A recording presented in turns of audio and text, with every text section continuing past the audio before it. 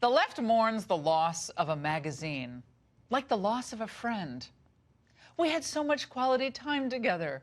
You understood me like no other. Well, the motivation to save these outlets is both political and cultural, because if one magazine or publication, newspaper is allowed to die off, the rest may follow, along with their influence. Enter Time magazine. Now, bleeding circulation for years and unable to translate its print appeal into the internet age, Time has gone from a circulation, check this out, of nearly 20 million worldwide to just a few million, primarily web-based folks. The only really thing keeping it going is its two flagships. The Person of the Year issue comes out in December, and its 100 Most Influential issue. The latter, by the way, was released with PR today worthy of a Queen state visit. The magazine created a special series of covers for the issue. 10-time Grammy winner Taylor Swift, 2-time Golden Globe winner Sandra Oh, and the House Speaker Nancy Pelosi are cover stars. Our very own Gayle King was also chosen to grace a cover. Now, that's one surefire way of getting your magazine featured on CBS Morning News. Pick one of the anchors. We like Gayle. By the way, aside from the obvious influential folks, Barr, Mueller, and Trump, Time included a few other curious choices, like Kavanaugh accuser Christine Blasey Ford.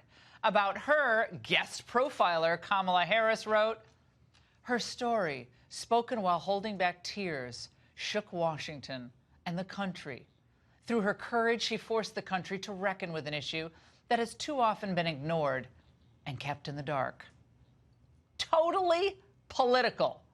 What Blasey Ford did and said last October was to accuse a man of sexual misconduct 30 years prior with zero corroboration. And remember, she initially sent an anonymous note accusing Kavanaugh, which was then leaked to the Washington Post. Most importantly, this icon, at least according to Time, failed to derail the nomination. So exactly how is that so influential? Well, as for Taylor Swift, I mean, she continues to be an entertainment juggernaut, incredibly talented. But her big move this past year was to throw in with the Democrats and endorse Marsha Blackburn's Senate opponent in Tennessee. Well, Blackburn decided to shake her off, and she won. Not so swift, perhaps, to think your pop music translates into any great political appeal. Again, rather than be introspective about its loss of appeal in Middle America and beyond, Time magazine just keeps clinging to the old liberal model of journalism and, of course, clings to political correctness. We have 48 women on the list this year, up from 45 last year. When we first started doing this in 2004, I just went back and counted, there were 24. You know, obviously still ways to go in our society. The list is in some ways a reflection of our society. No. The list is not a reflection of our society. The rest of society doesn't throw itself a glamorous party, by the way, like Time does, when it's losing money by the moment. Well, speaking of glamorous, model and wife of John Legend, Chrissy Teigen, was also chosen as one of the 100 most influential. Now, she's also known for her vicious attacks on President Trump, and she was chosen, according to the profile, because, quote, all her life, Chrissy Teigen has liked to eat. She's not shy about that or anything else, really. Well, that's nice and innovative, I guess, eating. But did most Americans like her take on female empowerment during last week's Democrat retreat? I think it's possible to be really angry all the time. If there was one word you would help, particularly women, use more frequently, what would that one word be? F you. I'm sorry, speak on the left. You're very... Oh, okay. The big shock that joining the Trump-hating model on the list is a Trump-hating comedian, Trump-hating filmmaker, and a Trump-hating TV producer. Well, and for good measure, they threw in Michelle Obama. Time magazine is sort of the last gasp almanac of the elite. But at least the elites don't admit defeat easily, do they? You got to hand that to them. There's perhaps no better example than how they've dealt with Mueller's no collusion and no obstruction findings. There's ample evidence of collusion in plain sight. What we're talking about here is the difference between conduct that rises to the level of criminality and conduct that is deeply unethical, unpatriotic, and corrupt that may not be criminal. The Attorney General should recuse himself immediately. He has no business touching any part of this investigation. Okay, well, with tomorrow's release of the Mueller report, minus redactions, we're bound to see more gyrations from the same suspects and from political activists who raised millions off the constant defamation that Trump was some type of sellout to Russia or a traitor. They've moved, by the way, from he conspired with the Russians to Barr is just redacting stuff to, I don't know, help Trump. There is absolutely no reason that there should be redactions for the report as provided to Congress.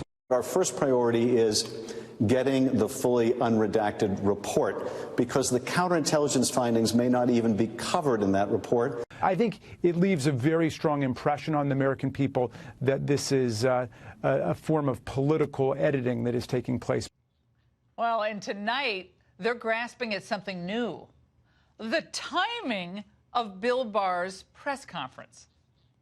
Is this press conference a way for Barr to get out ahead of any information that we might find in the report and put his spin on it? If we want the public to take this report seriously and to believe that the Justice Department is credible, you would probably think twice about putting the head of the Justice Department out on TV to do spin for you. He becomes the first cabinet secretary to plunge into the deep end of Trump's conspiracy pool. Well, speaking of deep end, we've gone from Trump's guilty of sedition to the AG is guilty of aggressive scheduling. Why don't they just wait for the report to come out, read it, and then gripe? Okay, decide if you have issues with it at that point. If this is the freakout happening tonight, I shudder to even think about what's going to happen tomorrow. We're going to have a great show on tap. And in the end, the Mueller team, well, they spun their wheels, and in the process, what they ended up doing is throwing a lot of mud at good people. Sure, there were indictments and guilty pleas, but between AG Barr and Inspector General Michael Horowitz, we may just find out that the supposed guilty ones were just deep state pawns. The Mueller probe should have never been started in the first place. We told you that they would find nothing on the president and that its origins were politically tainted. And we were right. And the left was wrong. Even an op-ed in the Washington Post admitting this. Fox News was right and the others were wrong. Even regular viewers of CNN and MSNBC must certainly recognize the straws being grasped to justify sticking with a conspiracy theory that has been largely debunked. Well, of course, the hardcore socialists and their media co-conspirators will cling to the Russian delusion for as long as they can, or simply shift to new targets within Trump world. They're such anti-Trump fanatics that they can't see that they're committing ongoing self-sabotage to themselves personally and to their party and to their movement. Like their creaky best of lists, their time is finally long since up. And that's The Angle.